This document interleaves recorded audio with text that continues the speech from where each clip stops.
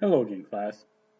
Today will be our second in our series of lectures on the spirit of change that took place there in the first half of the 19th century, about 1800, 1810, somewhere around there, right up until right before the Civil War in the 1850s. So last time we talked about developing American culture with their own art, America's own literature, and taking inspiration from life in America and America's past and America's geography and nature.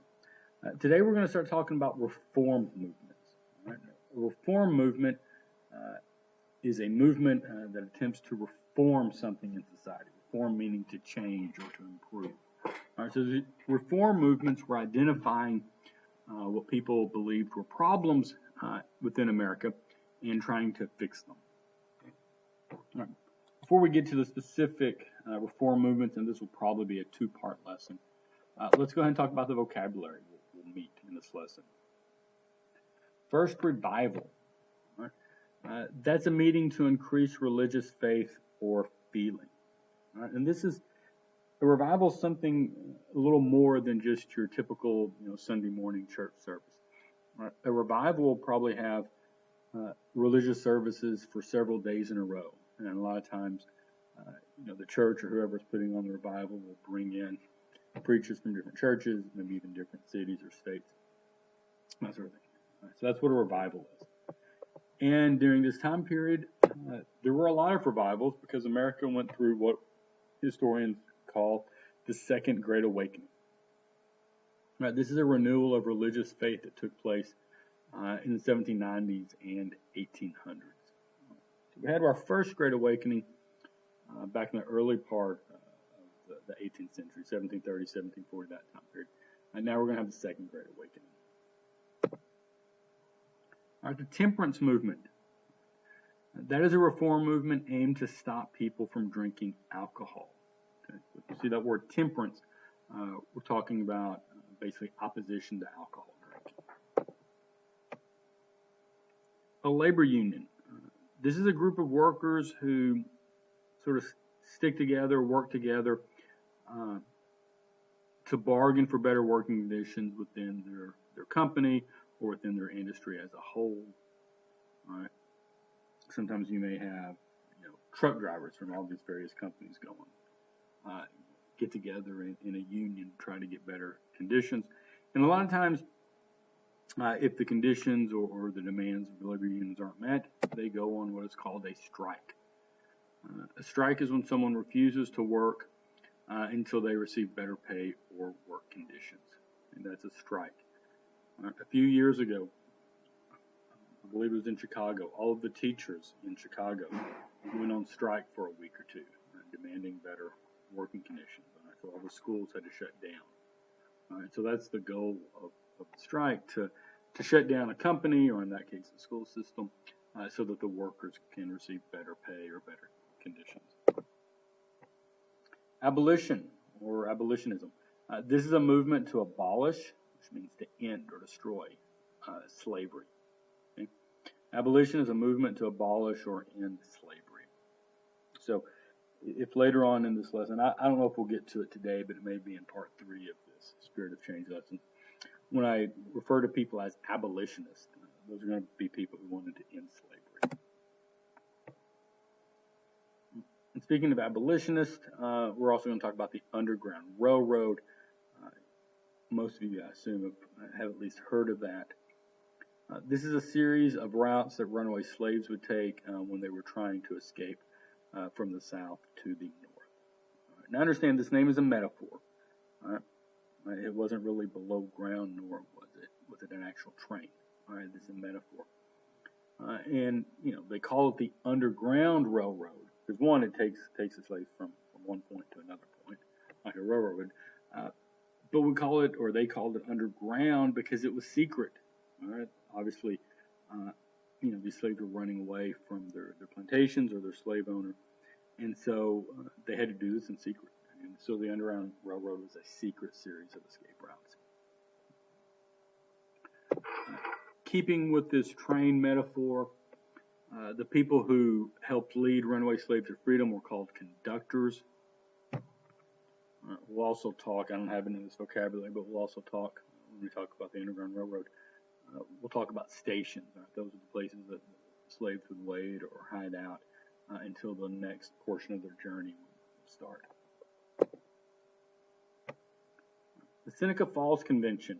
That was a big meeting in a place called Seneca Falls, New York, where a lot of people, mostly women, perhaps all women, but certainly the majority of them were women, met in 1848 to discuss and come up with strategies for women to obtain better and more rights within America. Okay, that was the Seneca Falls Convention. That's considered like the first big formal meeting within the women's rights movement. And when we talk about women's rights, we're going to talk about this word suffrage. That means the right to vote. And that doesn't necessarily just mean women's right to vote. It just means the right to vote in general. So those are the vocabulary words we'll be using in these next two lessons. All right, so make sure you have those in your notes. Make sure you study them, and that way it'll make these lessons make more sense as we go through them. If you know the vocabulary well. All right, so first, let's talk about a religious movement that takes place in the 1800s. Again, this is the Second Great Awakening. Now, let's review briefly. Way back before we talked about the Declaration of Independence, we talked about a couple different movements. One was a science and philosophical movement called the Enlightenment. That's where people, including Benjamin Franklin, started thinking that the world's problems could be solved if people would just think rationally and logically enough. And this led to the idea that we don't really need kings to rule us. We can rule ourselves. We just have to, think about societies or a country's problems logically. We can come up with a good form of government, and we don't need kings and queens.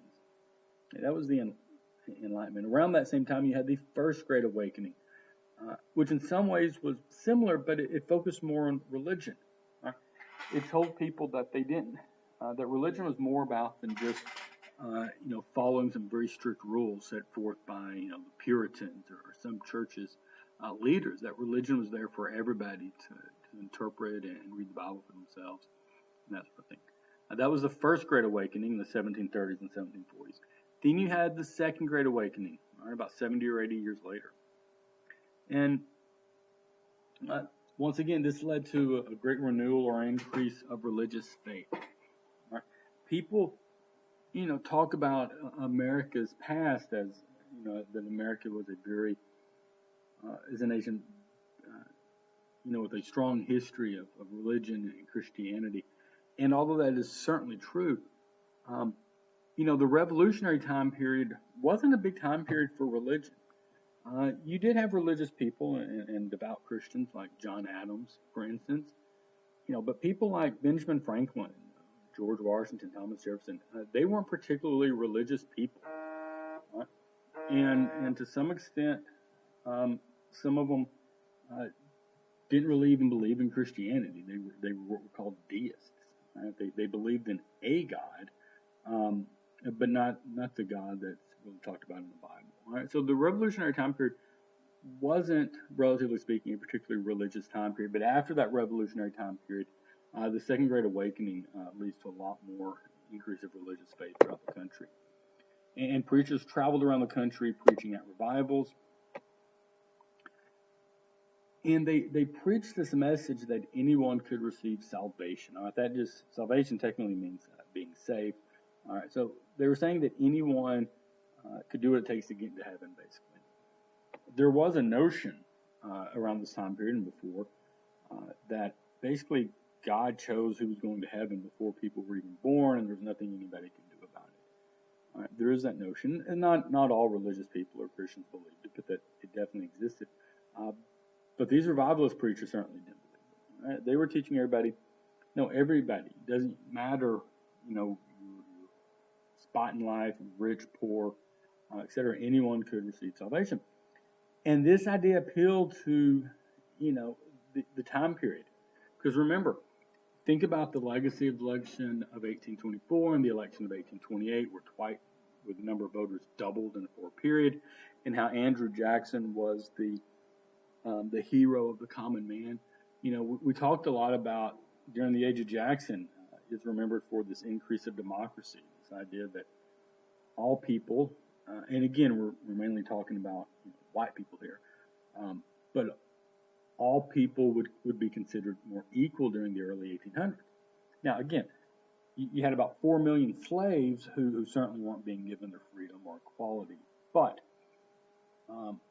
the idea that poor people, small farmers, that sort of thing, could participate in democracy was sort of new in the 1800s, and this idea, very much matched what these revivalist preachers are also saying. It doesn't matter whether you're some rich important person or just some common farmer or whatever, anything in between.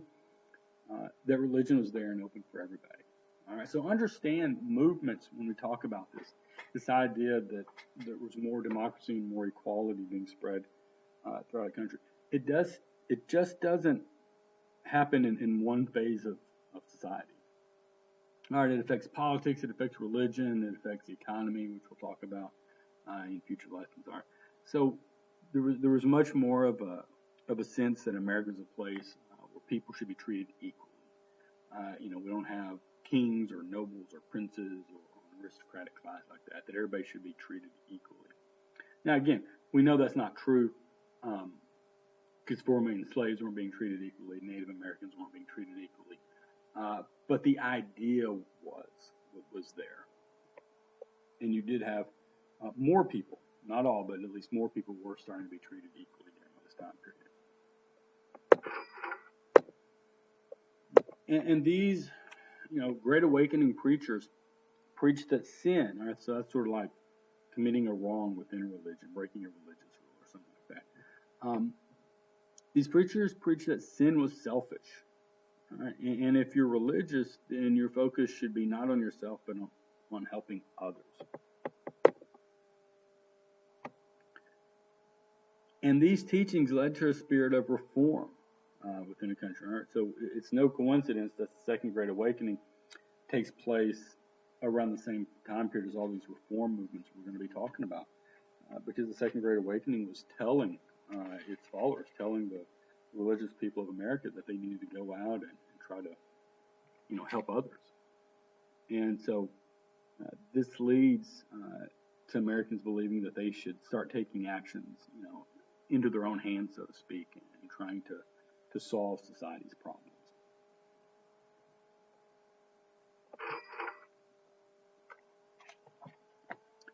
And one of the problems in society that was first to be dealt with was heavy alcohol abuse. Right. So in the early 1800s, heavy drinking of alcohol was very, very common. And so many Americans, especially church members, after all, the Second Great Awakening told them they should help fix America's problems, and especially women. And you're going to see this time and time again as we talk about these various reform movements. Women are often the leaders of them. And women are very, very involved in these reform movements.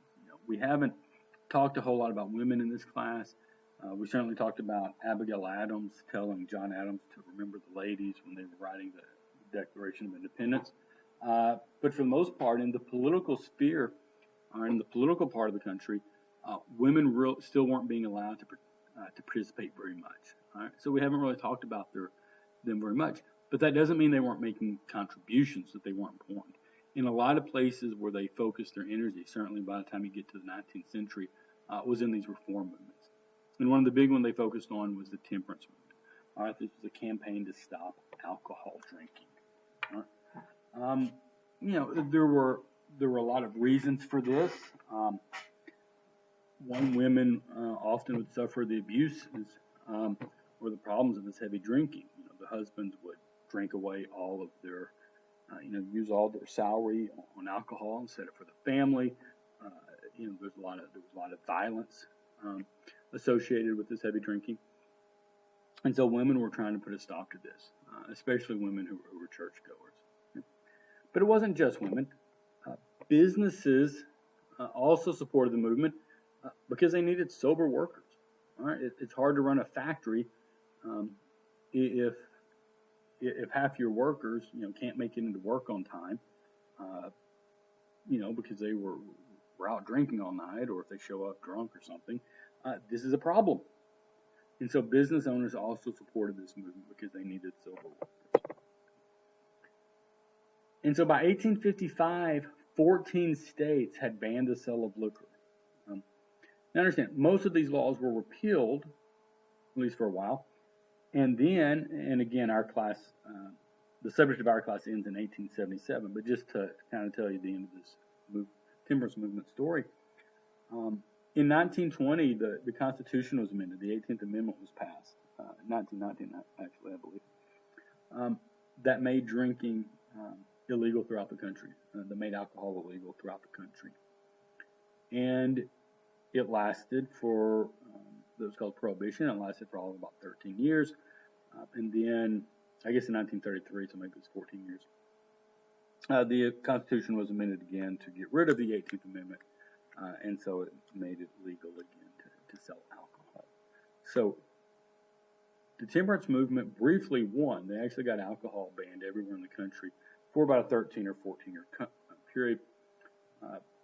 But the problem was it was an unpopular law, and it was also leading to lots of crime. It was basically just a bunch of gangsters like Al Capone, perhaps you heard of him, started selling the alcohol. So, had limited success. But that temperance movement actually starts way back in the early 1800s. Right. Another movement that women were very intimately involved with was the movement for workers' rights.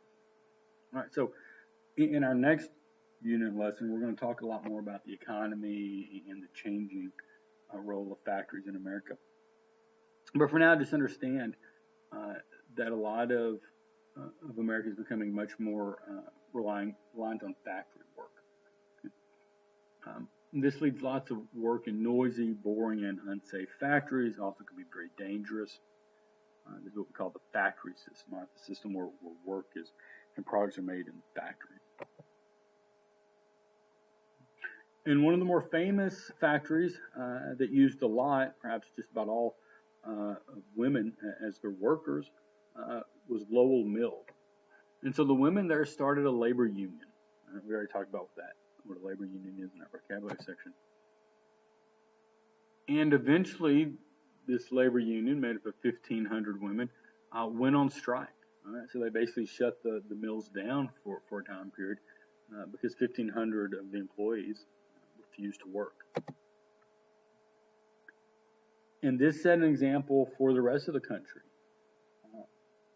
And so workers at factories all over the country started calling for shorter hours and or higher wages. And between 1835 and 1836, 140 strikes take place in the eastern United States. Now, unfortunately for the people who were leading this movement, in 1837, if you remember back to the very end of our Age of Jackson lesson, we had the Panic of 1837. Remember, after Martin Van Buren becomes president, Andrew Jackson's economic policies destroy the country, and we had about 90% of these factories closed.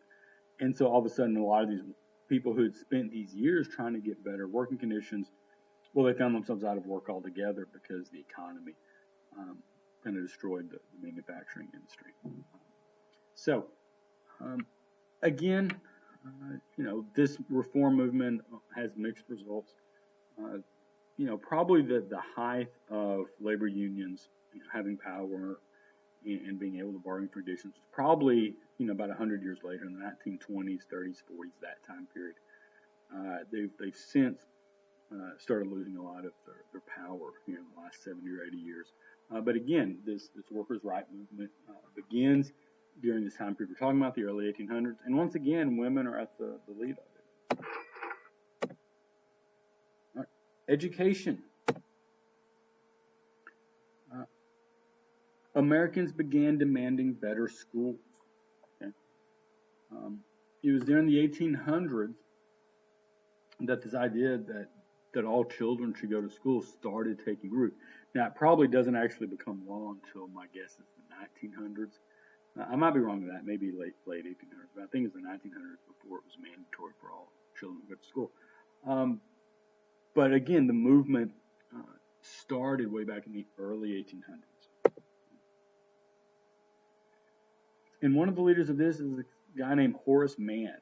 All right, he was the head of the first state that had a board of education was Massachusetts, and Horace Mann became its leader. And you see this quote from him on the right. That basically says, education is the great equalizer of the conditions of men, the balance wheel of social machinery.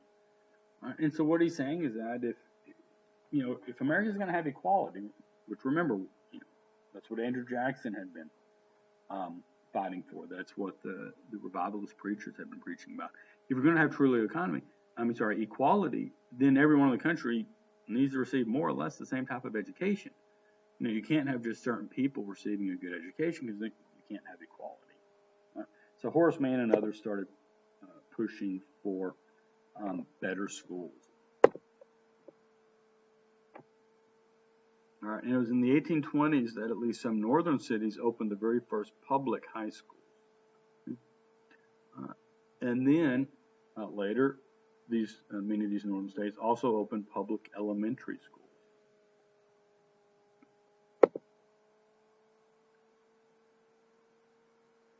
Around the same time period, churches and other groups started opening private colleges, particularly in the Midwest. All right, so you have this huge increase in the number of schools and the availability of classes. Some are public, which means they're paid for with tax dollars and the students don't have to pay for them.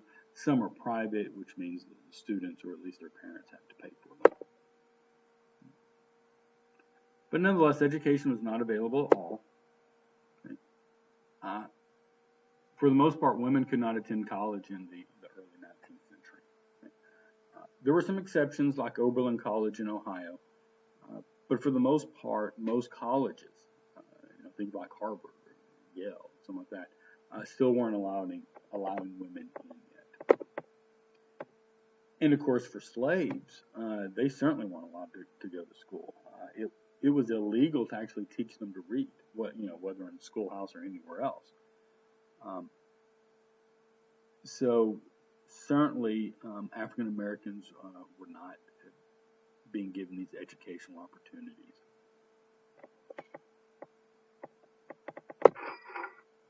Okay, the last reform movement we're going to talk about in this lesson is for the needy, for the mentally ill, people like that.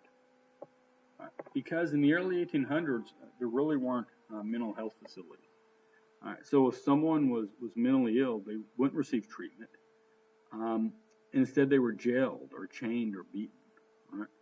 Now, if you come from the upper families and you're rich, you could send someone, your family member to some type of, I forget what they'd call them, like an asylum or something like that. But they really weren't receiving true mental health treatment. I believe Thomas Jefferson's wife was sent one of those because she had some mental health issues. But they really weren't receiving treatment, and most mentally ill people eventually just ended up in prison. But this lady named Dorothea Dix wanted to change that. So she started traveling the country and started telling states that they needed to improve the care for the mentally ill. And throughout this time period we're talking about here, the first half of the 1800s, there were 32 new hospitals open for the mentally ill. So now it's going to be a long, long time before we even began to understand the causes and the treatments for mental illness. But at least, again, you see the beginnings of the treatment for mental illness during these reform movements in the early 1800s. And other reformers focused not necessarily on mentally ill, but on opening schools for deaf children, or hearing impaired, or visually impaired, for the deaf and blind. Those start opening up in the 1800s. And then other reformers focused on prisons. Right? It was during this time period that children who committed crimes weren't just sent to adult jail. All right, that there were actually special jails for children created during this time period. And even for your adult prisoners, many people started arguing that prison should be there to what we call rehabilitate. It means to help or to improve the prisoner. Not just, it wasn't just there for punishment, but to actually rehabilitate them, teach them, what they had done was wrong and why, and give them working skills that they wouldn't have to rely on crime once they got out of prison. All right, so this idea that prison should be a place in a time where prisoners were basically, they were being punished for their crimes, but they were also being helped and put in a position that once they got out of jail, they would be able to turn to some sort of productive, lawful life instead of having to rely on crime. So all of these reform movements, again, were taking place. During this time period, we're talking about the first half of the 19th century, essentially. Okay, I'm going to stop this lesson here. The next time we're going to talk about two of the more famous reform movements of this time. One, the abolitionist movement, when many people, especially in the North, really started focusing their efforts on finally ending slavery in America. And then after that, we'll also talk about the women's rights movement.